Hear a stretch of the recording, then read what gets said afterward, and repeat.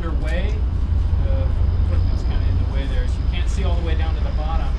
But you'll see sheet piling. That's big metal sheet that's sticking out of the ground. It's kind of a rust colored. You'll see that over there. You'll see the some fenced-in area with some pump machines and blue pipe. That is for an emergency bypass plan that Metro Sewer has required us to have on site, because what we're doing is removing sections of the Delgany sanitary sewer to install our storm drainage underneath it. They're dual pipes. They're very large. We might be able to see them through here. We're removing one at a time. So we'll remove one. We've got flow diverted around the site, and we've got some flow diverted to the remaining other pipe that we leave in place. But just in case we get a large storm event or a large release of sanitary sewer, Metro is required to have us this equipment on site, so that if there is a chance of it, if the one pipe we've left in service becoming too full, we can bypass it, we can pipe it downstream and get it back into the other remaining pipe that we haven't disturbed, so that we can get flows that won't discharge into our site, won't discharge into the. So that's what you'll see in the blue piping up there. So, are you removing only that contaminated soil necessary to build a GLO, or are you also removing a lot of ancillary contaminated soil near the neighborhood? No, on this site we're removing the soil that we need to construct GLO. And so that's and that's in the park area, which is mostly construction debris that we've run into and are removing, and in the Coliseum parking lot, that's kind of municipal fill waste. Liner is attached to walls. Those walls are holding they're holding the edge of the liner, and then in other portions the liner is anchored just by kind of going in an earthen trench. The liner itself is supported by caissons, columns of just so it doesn't settle, because the liner material you don't want to put it's got to be supported underneath, and so it's going to be supported underneath by those columns that will hold it up, and we're not expecting the walls on the edge to bear all the load of the liner. Does that make sense? Well, it does make sense on that. What I'm concerned with is where the liner is gone and the outside portion of your trench, okay, next to that liner, and any moisture or water or washout that goes along that, how far down has it got to go before it could wash in underneath? So let me just make sure I understand. So you're saying like water over here? Yeah. Yeah. So as we were talking before, this is a removal action, and it is just addressing the portion of the site that this drainage is. So the portion that is outside of that drainage area, that doesn't have a remedy. That's part of the reason where the CAG the CAG will advise on what will the long-term remedy be. So this area over here, there's no long-term remedy. So that is, right now, it's covered by Coliseum parking lot, and it'll stay covered by Coliseum parking lot. Okay, so there's no way that could wash out on the outside of So the line. I don't want to say that, because it's got the same risk today as it has as a part of the removal. It's not changed by the removal action. It's that way now, and it will be that way after the removal until we select a long-term remedy. So by washout. Where you're tying the liner in. I understand this part. Sorry. The liner's up above that and you're tying it in. I'm concerned about what's going on along here. Oh, the joint thing. You're saying if water goes in on this side behind the wall, Because water's is there going to threat- travel. Yes. Is there threat of that water Right. And stabilizing this liner system? Yes. And then how far does this go down? Does this go down to bedrock? Or does this go maybe 3 foot below grade or 4 foot below grade? The retaining walls do not. So what you're also missing here in your detail, so there's footings on these retaining walls that do stop. They don't go all the way down to bedrock. These stabilizing columns on the inside do go down to bedrock, but if this liner system would attach to the wall here, So water that would get on this side of the wall wouldn't get through the wall and into the channel here. It would And drain the wall is surface designed to resist both the soil forces and water forces on this side. So, but then we still have contaminated soils and things all here and on over here. So this could wash out and follow this along as it's going down to the river. But it's all contained. So soils on the outside of that wall may wash out. That won't destabilize the wall. It still won't mix with inside the channel. Well, I guess a lot of this is going to come more. Or at least leave a path on the sidewalk for the bus to come through. What's that?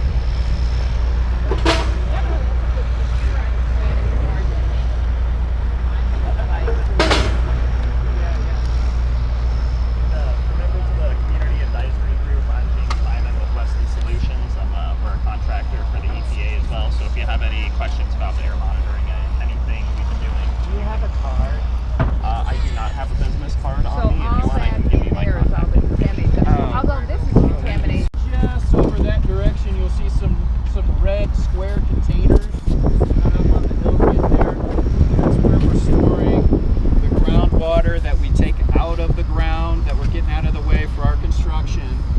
And there is another contractor under Ames that with water trucks that come and pick up the water out of those tanks, and they haul it to a site on the north side of I70 where they treat the water in a dewatering treatment process that we have set up, we have permitted, and we have testing going on before that discharges to the river. And so that's where you'll see hoses and everything. You might not be able to see it from here necessarily, but we've got hoses going into those tanks over there. So that is where you're testing what's dewatered, correct? At McDonald Farms. At McDonald Farms. Is there any testing done downstream of the river? Downstream of where we site. discharge. No, the testing's done before we ever discharge. So if the water is tested when McDonald Farm gets it, and it's tested after McDonald Farms treats it, we're not testing in the river after that discharge. Well, I guess maybe my question's outside the scope of this project. But after this is all said and done with, will there be any testing of the river downstream? So it's not specific to this site. Denver Environmental Health conducts water quality monitoring in the stream. But and Metro Wastewater conducts in-stream water quality sampling. And they both sample. They go 24/7. I think Metro's doing it almost daily. Yeah. Piling is to keep the groundwater out of our construction, but obviously it's not a perfectly watertight system, so seepage does happen as well. So but again, that's so we're not. It's very expensive to treat groundwater, so we're trying not to treat as much of it as we can in order to get the project built. Brett, can you describe where the Delgany is? AE had just asked me about, there was a smell a little while ago. We think that smell is coming from the existing stormwater channel, that is the concrete lined ditch where there's a lot of stagnant water. You would not be able to smell the Delgany because the wastewater's in pipe. So it's not in the pipe. We have sections of it cut open in order for this bypass system to work. So what you are smelling is a little bit of wafting from the sewer. All right, from the See a lot better when we go top. Okay. That's great.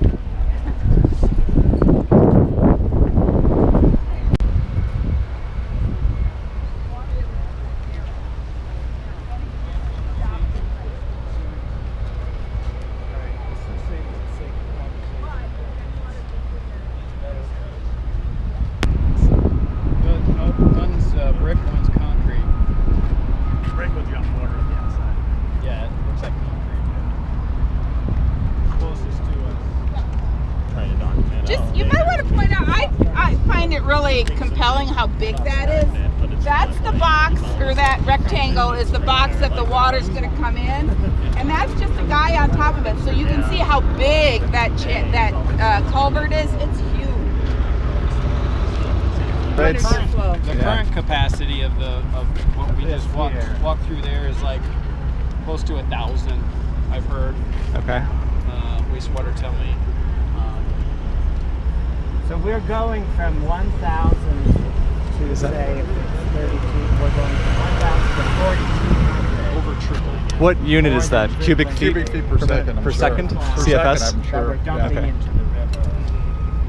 It already naturally gets to the river. Drew. Right. This is That's- just where we're collecting it, Yeah. conveying it, safer. So maybe this is a pretty complicated question, but where does all the water that will come out of here, where is that going? Where is that going? Straight into the river. Yeah. Whatever doesn't get picked up with the existing outfall, Yeah. as I understand it, goes This whole thing floods. further down the basin towards towards Heron Pond. Isn't there another, Towards the Yeah. soft shell. outfall up there? There's another outfall. Up there. But but that outfall is not built for the Montclair Basin either. That's just overland, unsafe flows. It's going to travel where it wants to travel. It'll go through streets and basements as it wants. I probably should look at the flood map. Are you removing any storm drains? Yeah, we'll be removing that one that we just walked by. Back around here. That's the existing one. It's a concrete line channel for a portion of it. We're going to tear all that up and we're going to divert it right into here. It's just on the other side of the green fence we walked by, so we're going to divert it into an open channel here that'll take it under the Deldanys here.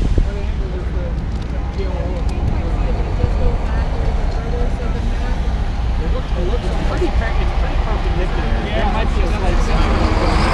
It's a slight skew downstream. See how it? Yeah. And it's the intent there to try to slow the rate of flow, having it perpendicular rather than hitting it perpendicular. Well, no, I think there's a lot more analytics to it than just that. Also, you have that kind of riprap area Yeah, this here is all riprap. that the water comes out of the culvert and goes over the riprap down to the river, and that's a pretty wide, broad area. And RTD just built a lot of riprap here under their bridge. The reason I as asked well. is that our summer consultants and advisors are telling us that configured like this, they see a real potential for backflow, in a major flood. That would predict the ability of the storm hatches to open up. So I'm not a hydraulic engineer. There is a drop structure that takes it under the Delgany. So, I mean, the river would have to get pretty And there's damn still high to come back. a 1 to 2 foot drop even still at this Oh, from the daylight there Yeah. to the opens. channel here. There's still a little bit of a drop too there. Yeah. And the point of making this flat too was to again bring in some habitat as well Yeah. from the river. Like that. What are you going to try to create habitat for? Well, they're going to use it. Not all these people. Well, that's what the Army Corps of Engineers is We have an ecologist on the team that he's helped us look at what plants do we want to. Yeah. That was the tip actually, number one priority in the first presentation. Yeah, I mean, the So I Army think there Corps is- study, which is not the same thing, but So their the- target specimen. The inside width of that. Oh, It looks yeah. like it's only 4 or 5 feet. I was asking. Right. We're asking what the dimension of the You see the that height of from the, top to bottom of the inside of that culvert? The one that's being lifted up right now. Yeah, Travis, do you know the dimensions of the one that's sticking right there? That is, It's like what, 5 feet? probably. that's 6 feet long, 4 feet tall, that's 4 feet tall. Okay. Is that the totality of the volume? say of the 4? outfall? Yeah, there's 3 of them. The 3 of them. As they sit inside. I was surprised because I remember talk of like 10 by 10s, sorry, but I Travis, guess it what has was to it, go 10 much feet smaller there to high get by underneath I guess so. the sanitary and sewer. that's why they have 3 wide ones, I guess. Yeah. That box is 6 feet long. Yeah, I guess that's the challenge. Stacked sideways. Well, three side by side this way, many this way. And we're standing on what's going to be 2 10 by 10 box culverts, essentially, underneath us. No. No? Well, like over here. Over here. Yeah, yeah. wherever the water flows in. 10 by 7. 10 by 7s. It transitions to a number of different Sizes. as we take it from under the railroad, bring it down 40th, and down Brighton, then through Okay. Pepsi, and into the Coliseum. It changes multiple times. Gotcha. Getting bigger or Okay. smaller. It gets bigger when before we transition into Pepsi. Okay.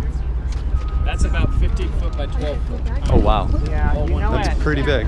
What would be really helpful in this map is to show all of that, you know, because all that this map is showing, it doesn't Yeah, show it's any just of the new border work. lines. It's just, Go on to the next one. no, but I want to see way beyond. I Yeah, it wanna would see be out nice to see where the here. culverts Oh, actually okay. are. See, Oh, okay. I mean, right now we're standing like right Somewhere here, yeah. Correct. Okay. Okay, so we're looking at. Kind of this pit. For the Coliseum, it's 10. It's a 10 by 7 here. That's a 15 by 12. 3 10 by 7. 10 by 7. Yeah. That's a 15 by 12. And a 15 by 12 in Pepsi. So is any of this built? These hard things? Yeah. Is that built? Yeah, it's built around the corner of the right there. Oh, you're building this way? We haven't poured the top. Oh, so you're still doing work your way this way? We have McFarland closed right there. This is the big hole. Freight pad right now. So this road, as it goes around, is closed. Gotcha. So have you guys described the regulated work area or what? We only mentioned it, I think. I just brought, hold on.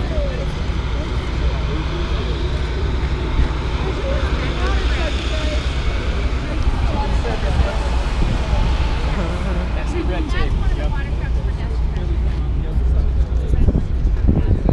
Correct. So yes and no, Brett. So the area, I had to have this explained to you when I was out here, that when you're in a regulated work area, you can cover with clean soil, I think 18 inches of clean soil, and kind of deregulate the regulated work area. But they'll change the red tape to show that they've done Okay, that. yeah. So like see where that crane, or right where the water truck's back right now, they built a road down to the channel right there, and the red tape follows that road because they put clean soil on top of that, and then just move the tape, just place the tape out, and say, okay, we're on clean soil right now, but the native soil is still on the other side of that red tape. So that's a warning to say, hey, this is still suspect, and we've seen some asbestos material in here, so don't be doing any activity, soil disturbing activities within that red tape without the appropriate, equipment on, air monitoring devices, and inspectors present. You got somebody standing there to tell you Yeah. Yeah. How do you know when you hit? Body to body monitors, right? That's why we have the cabbies. So CABI means Certified Asbestos Building Inspector, and they do buildings and soil, and so you have a CABI watching the excavation at all times. If the CABI sees Right up there. suspect, oh, okay, They're yeah, standing out there right now. These guys are like bloodhounds. So. yeah. So if the CABI sees suspect material, the CABI establishes a regulated work area, and then the CABI documents the findings and requires sampling to determine whether the suspect material is in effect regulated asbestos material or not. So that's visual identification, Yes. not air sniffing. No, it's visual. I mean, yes, it's visual, sorry. If they are working in what the cabby said is an asbestos area, that's when you will start the air process for workers. So what else are you finding here besides asbestos? Built- Arsenic, lead, and then- From a construction debris standpoint, we're finding bricks, wood. Oh, was it dump? It was a. Well, and in the park, it was when they more ripped like down the construction smelter buildings, they just left them here. So it was excavation from other sites that they dumped here. It was building debris. From a chemical standpoint, yeah, there is lead and arsenic. Yeah, so, You got solvents down there too? no, we haven't seen anything like that. So there was basically of a big pit here. We assume it was excavated for a gravel pit, but there was kind of a big pit. And I don't even know if you still have it, but the bottom of the pit, there was a bunch of big old trees that somebody had stuck in there. Yeah. And then they would dump building debris and sometimes trash. And then this is where the smelter was, and there would be like contaminated dirt pushed in, you know, and kind of almost like covered up or smoothed over, and then another load of stuff. So it's kind of a So it's a lead mixed and up. arsenic from this, right? Right, From that the went into the cadmium. whole. And Not just this- from the smelter. Not this smelter. So a Sarco Globe processed cadmium. This smelter was lead. Okay. Now cadmium and arsenic are byproducts, but some ores have more arsenic and more cadmium in it than others. So a Sarco owned this one, and they owned a Sarco Globe. So they would tend to take their high cadmium and high arsenic ores up to a Sarco Globe, and this one just dealt with primarily lead. Doesn't mean there's no arsenic, doesn't mean there's no cadmium, but it's a lot lower concentration. Was the route of dispersal slag just lying around on the ground, or was it mostly going up through the smokestacks? You know, it's really hard to say what happened here. Our supposition is that it was probably all three. That Yeah. it was slag On-site, materials, stuff that came out of the stack and fell down, and then like physical disturbance where it was Yeah, just being off-site. pushed around. I read in the investigation that the aerial photographs from 1949 show the slag removed. So Yeah. it's different than a Sarco where Yeah. we had an active tailings pile and Yeah. stack. And Yeah. right now we're here in Hey guys. buildings Hey guys. around. We're gonna see if we can move off the street, go back down to down here. It runs every 6th day. You can Materials, see, everything. We got to replace The it air for the future. Oh, right over there. Yeah. So it has to be secured by the fence line, obviously, because they are left out to run a 24-hour collection. And just, you know, No, so there are 5 different I want to say at least 5 different air monitoring regimes going on in this area. If you want to look at the Denver Environmental Health website, look under air quality, and there's a description of each of the 5. Actually, I think there's 6. So, yeah. So there's we start with the one that CDPHE does, that's the long-term regular air monitoring, and they have a station at 48th and Acoma, and then they're the ones that used to have a station on Swansea Elementary, and then they have one downtown. The one on Swansea Elementary, they ended up pulling out because it was very similar to downtown.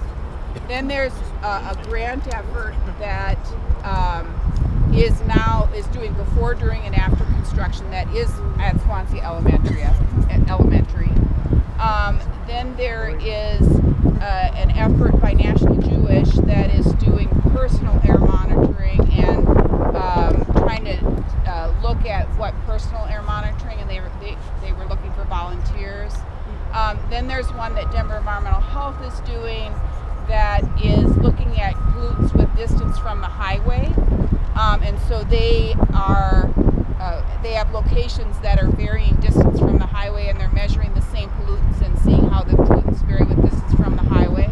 Then there's the glow monitoring that is being done here that Denver Environmental Health is doing. Specifically for glow. Yeah, and then there is the asbestos air monitoring that is also glow related.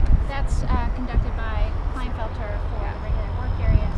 And then EPA is an additional one. So yes, Weston is the contractor for EPA. Weston is contracted by EPA. So I guess that's to provide 7. additional air monitoring. Oh, what did I miss? EPA near road. Oh yeah, I New forgot. Road, and then Yeah. there's also There's so many. There's so many. and there's the visual kind of site walk related to glow that they're doing the visual monitoring for the methane odor and dust control. Is all of this on the DEH website? It is. Okay. Well, With the exception with of the the exception of EPA. Weston's. But it is, and I can send you, or I can send you a link on where to find it, because there's a presentation describing them and showing where the locations are, and then there's also little fact sheets on at least 5 of them that say here's what they're monitoring for, here's the frequency, here's the locations. Those fact sheets are a little bit old, so the National Jewish one doesn't have enough detail, but everything else was up and running. Everything else is correct. Celia, could you send me that link? I'll do that. If you Yeah. remember. And then, hey Matt, Jeff Patterson asked the question, do you know today how many cabbies are out there? Because I explained that it goes up and down based on construction activities and excavation. So right now they're not excavating.